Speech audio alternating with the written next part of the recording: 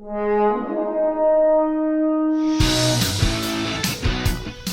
been a month and coming up with intros is really hard. A month of coming up with intros? What have you been doing in the month that we've been off? I've not been doing intros. Well, obviously.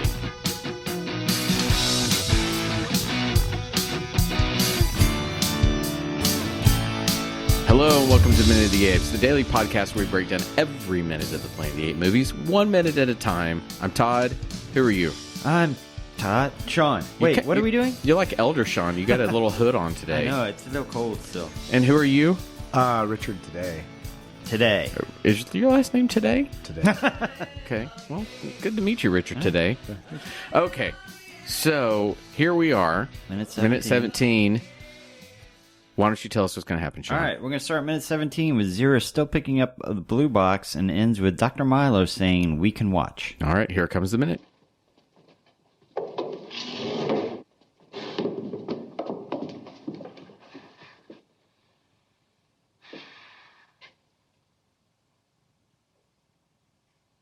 Well, why doesn't she take it? Because I loathe bananas. Zira! I don't believe it. Yes. Arthur, I think Dr. Bratton needs some air.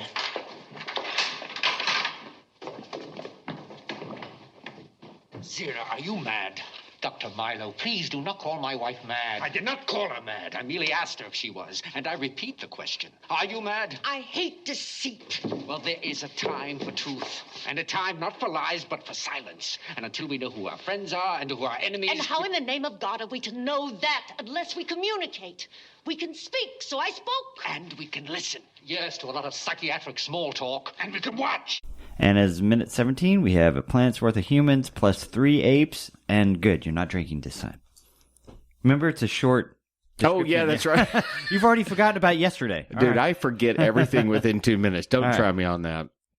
So, everything we talked about yesterday, where it's a build-up to it, the minute is here. A build-up?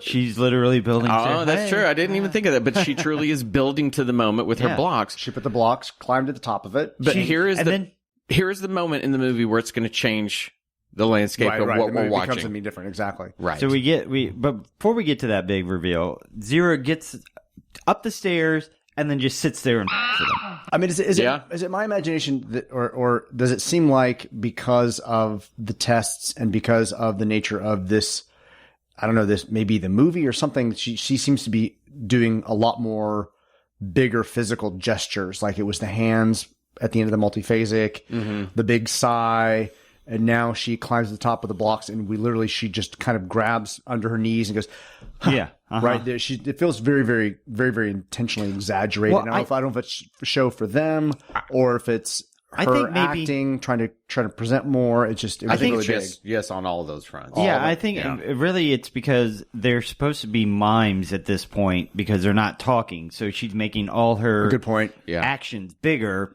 to stand in for her speeches. But why is Zira, when they've agreed to let's be careful, essentially, in a nutshell, why is she's rather cavalier in her... I got some sass.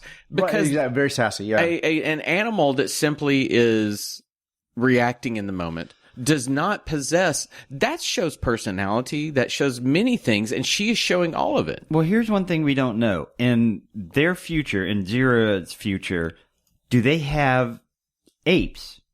Do they have non-evolved apes? Does she know how to act like a non-evolved ape because has she ever seen one?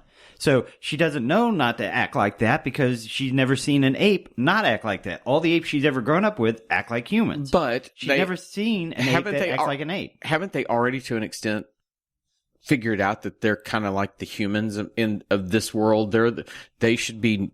They've seen Sad Sack Gorilla over there, and they know that he's primitive. We should be that way. And so for her to show personality, that's not primitive. That's not primitive at all. I think there's something in a minute or two now that I want to delve into at this moment. No, we can keep talking about this, but I'm just saying there's something shortly in a few minutes. To me, is like, I might actually be next week. Where I'm like, I can't talk about it. Okay, you can think of your thoughts. Just what was it? Whatever this is, don't mention what it is. We aren't there yet, but it evoked what in you? this moment or thinking about the future? In the future, what did it evoke in you? That there's something building between that relationship of the Dr. Dixon and Stevie and our apes that I'm not seeing yet. That somehow is a leap later on that I'm supposed to maybe draw here that I'm not getting. So Stevie asks, well, why doesn't she take it? And that's kind of the first big piece of dialogue in this. Well, why doesn't she take it after she's sitting on the top of the blocks? Right. What I found really interesting in this very, very next moment is when we cut back to Zira, our attention immediately goes to her because she utters the line, because I loathe bananas. And she became my hero in that very moment. But we're watching her, Cornelius, and I'll go ahead and mention, because you mentioned name now, Cornelius and Milo are staring down Dr. Dixon. Like this scene right here, if you still frame it, Zira has this answer because you're focused on her, but the two of them, they are given the doctor's evil eyes. It's like terrifying. Cornelius is like this, with his brow down, looking at them. That's good for podcasting. Well, when he's like this. When you've got that massive brow, I think your brow is always down. Always a little. But they're looking at the doctors. Right. They're looking at the doctors before they react to Zira's line. Okay. And they're looking at them. It was very sinister. Like, where does this go? I think that I don't sense anything sinister in them, nor do I sense any animosity that they might have towards Stevie or Lewis or Dixon or whatever we want to call him. That's where I think breaking down a movie a minute at a time becomes hard, because we don't necessarily, you don't know where that reaction they got was actually shot at when it was shot for. Sometimes they may just say that's the best reaction shot we have, put it in here. Well, looking at it in now it's a wide of Zira in the forefront and Milo and Cornelius sitting down, and they're both staring the doctors. Now that I'm advancing by a couple of seconds to kind of look at it, I realize the reason they're looking at the doctors is so that when she utters her line, they can react to her and look at her. So they're not looking at her anticipating the line. Okay. Yeah. They're looking away at the doctors as something so they can then react to her. They weren't staring. So I would be watching her anyway. If like, the banana's lowered. Okay, cool. What's going on here? Right? No, they're looking there so they can both like go, what?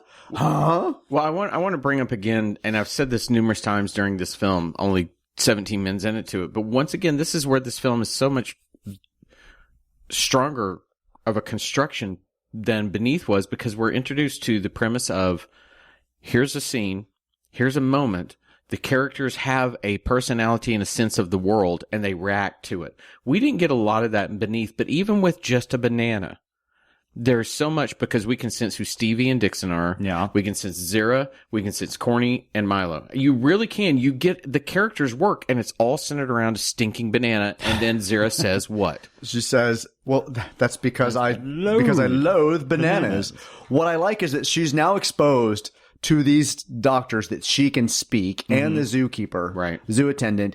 And I love that Cornelius also drops the ruse by jumping up to her side going, Zira! And exposes that they, not only can they speak, they assign names to each other. They have names. So it's a big kind of, big giant reveal. When Cornelius came up there, I wanted him to do it Laurel and Hardy style and just like slap her on top of the head. Now you've done it. Well, when she utters her line, they do, and he gets up and says, Zira, they cut back to Dr. Dixon and Stevie. And again, he's going for comedy. Like his mouth is like wide open, like, huh? Like it's just kind of, Stevie's a little more understated in terms of how she does it, but of course she faints. Right, this is the moment where Stevie just kind of. Oh yes, the fainting female scientist. It's too much for her to handle. Yeah. I thought Dixon was oddly fluxed. Sean, I'm sorry, I'm all of a sudden having a creepy moment that your robot over there has woken up and is like. He wakes up and moves around every now and then. He likes to check out his There's nothing like that moment when you're so entrenched in talking about a movie and you look up and there's some robot. I'm like, oh, God. Anyway, I actually found Dixon's response weird. It's almost like he's resigned to the fact, they can speak, okay. where Stevie faints, he should have been. I felt like he should have been at least like leaned back and gone, "Oh my god." Her name is Dr. Branton. She didn't go to medical school for 4 years for you to call her Stevie. Everybody refers to her Stevie in this film. They do. They call her Stevie. Her name is Dr. Branton. She is that. It is once again proof that this era women were reduced to something other than what they could be or who they were. Right. She's a doctor. But everyone refers to her as Stevie. Well, and they play into it in this scene with the fact that she kind of has this light fainting and faints into his arms. Lewis. Yeah. Dr. Dixon, Lewis Dixon, faints into his arms and then has to be kind of escorted away from the Because room. she's for this a woman. Moment. The moment is too much. Way too much. Even though she is a doctor, she is trained in these situations. She cannot handle the moment. No, it's too much. Well, Dane originally wanted her to actually fall to the floor. And in a scene that would have been really, really awkward to shoot, the scene originally called for as though in a slow nightmare, Stevie sags and faints. Somehow, Lewis catches her and lowers her to the cage floor. Oh, hey, bone took it down. Somehow, and obviously Dane had this in his mind, but somehow it doesn't really make any sense. Somehow, Keeper tosses water on her from the drinking bowl over her over her upturned face as she recovers. So the keeper was supposed to actually splash water from a drinking bowl onto her face on the floor. Oh my God, this is a Me Too Just moment. pee on her. It's like a sea urchin. Just pee on her. That'll wake her up. Jointly supporting Stevie, they leave the cage, which the keeper locks, and then of course what basically they escort her out, and we get the conversation between the apes. So going on to the conversation of the apes, because could you read the conversation just so we have the verbiage out here? Milo says, "Zira, are you mad?" Cornelius, "Dr. Milo, please don't call my wife mad." Milo, "I did not call her mad. I merely asked if she was mad." And I repeat the question, "Are you mad?" Zira, "I hate deceit." Milo, there is time for truth and a time not for lies, but for silence. Until we know who our friend and who our enemy, Zira jumps in. "And how in the name of God are we to know that? Unless we communicate, we can speak. So I spoke." Milo says, "We can listen." Cornelius, "To a lot of psychiatric small talk." Milo, "And we can watch." Cornelius, "A primitive display apparatus." Oh, wait a minute. That's past the minute. Sorry. We can watch is where watch is where it ends. The thing that jumped out to me is that Zira uses the reference to God. Yeah, me too. I had that as a note here. How in the Should name that of God, not be the lawgiver? Lawgiver's name? How in the name of the lawgiver? But I think we're, again, the idea of a franchise movie series on this level really wasn't that big at this time. So they didn't have the internal continuity, potentially? You wouldn't have that issue now, I don't think. I think you would have people that their sole job in the franchise is to go, no, they shouldn't say God, they should say lawgiver. Yeah. So I found that interesting too, but at the same time, it works in the moment, but it establishes to this world that they believe in God instead of the lawgiver. Correct. Yeah. And that may have been necessary for the audience at the time. True. Right. It something to make the chimps seem more relatable to modern culture. even Star Wars said, I'll see you in hell. True. So, they have moments like that. They had references, contemporary references that wouldn't necessarily work in a sci-fi setting. God is capitalized in the script too. Okay. I could see your issue with Star Wars that they've never introduced the Force having. You have the dark side, but they don't have the afterlife. They haven't talked about it. In this, though, they have introduced the lawgiver. They have said it, and it just seems odd that they would just leave that out. That just completely pass by it. Yeah, I do like that. Just it's interesting hearing the dialogue on screen and watching it. I was able to kind of follow what the argument was. Reading it out of a script and looking it down, I'm like, it just seems like pointless dialogue. Yeah, it didn't really seem like it had any meaning outside of the fact that Milo gets hostile. We get introduced to Milo finally, and Cornelius kind of jumps to the defense of Zira, and Zira just basically says, "Hey, I'm done. I'm done with this deceit. I don't want to do this anymore." Right. Well, I don't have much else for that minute. Do you guys? No, that's it for me. I mean, it's a great minute. It definitely is that plot point that shifts the film in a different direction. We now understand on this world that we have cuckoo pants apes that landed and they can speak. They aren't just. They can sing. Yes, they are.